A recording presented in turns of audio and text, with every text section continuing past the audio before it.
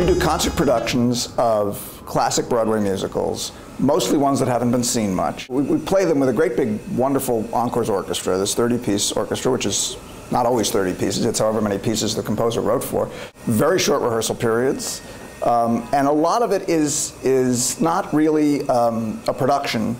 It's a sort of a kind of a love fest between the cast and the audience, because there's no real time to rehearse, there's no real time to memorize what you're doing. People carry scripts, and so they make their first choice for what the character should do, and it's just the adrenaline of that experience, rehearsing for a week, getting up on stage in front of 2,000 people and saying, this is what this show was, this is how this show sounded in 1950 or 1930 or whenever it was originally produced, and we just want to sort of hurl this bouquet of roses at you and hope that you catch some of them. We're really about the material, just how the songs sound, how the dances looked, and how those performances felt to audiences that were coming to the theater in the golden age of Broadway musicals.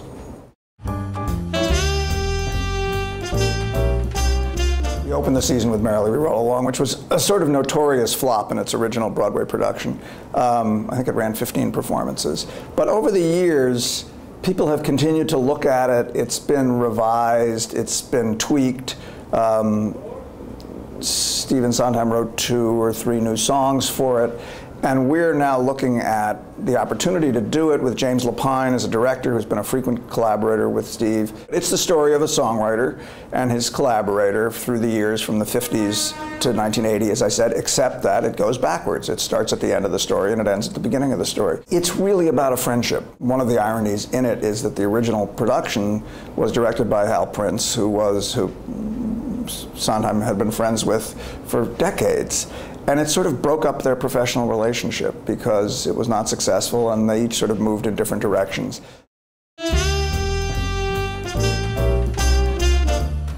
I am really excited to see Pipe Dream, in part because I've never seen it. And, you know, with very few exceptions, neither has anyone else who's still roaming the planet.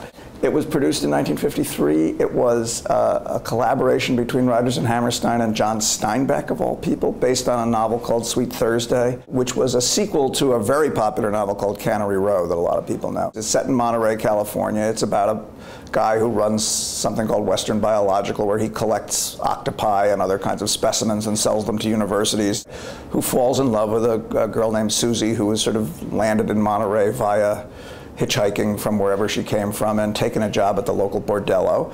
It's an unlikely love story set against a background of you know, a bunch of guys who live in a giant sewer pipe and never work unless they absolutely have to and spend their days looking out at the ocean. It's such an unlikely topic for Oscar Hammerstein, who believed that you climbed every mountain, you know, until you found your dream. This is about guys who won't even walk up the stairs. But it has a wonderful, wonderful score that people mostly haven't heard. And yet, when we strike up the overture, you'll think, oh, that's Rodgers and Hammerstein.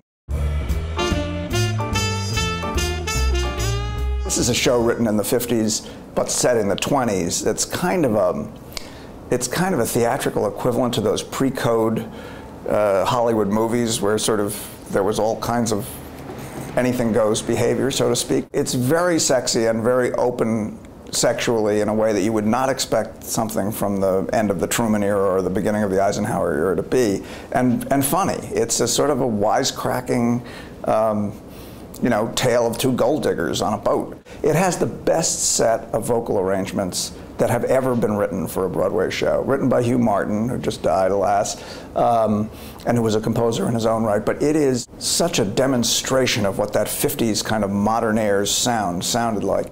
I think people will be sort of startled by the sound of this show. It's a tribute to the 20s mixed with the 50s.